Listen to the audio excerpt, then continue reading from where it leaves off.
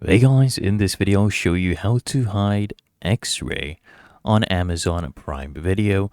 Now the first thing I want you to do is press Control Shift plus I. This will open up the console right here. You can inspect element, and I want you to come here, click on this, and then just come and click on the X-ray. And then I want you to click on here the div class, and you should see right here it says display as block, right?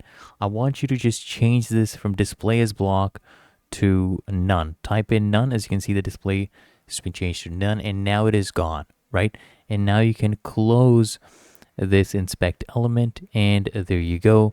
The X-ray has been hidden on Amazon Prime Video. Really that easy and simple. If you found this video helpful, make sure you smash that like button and subscribe to the channel.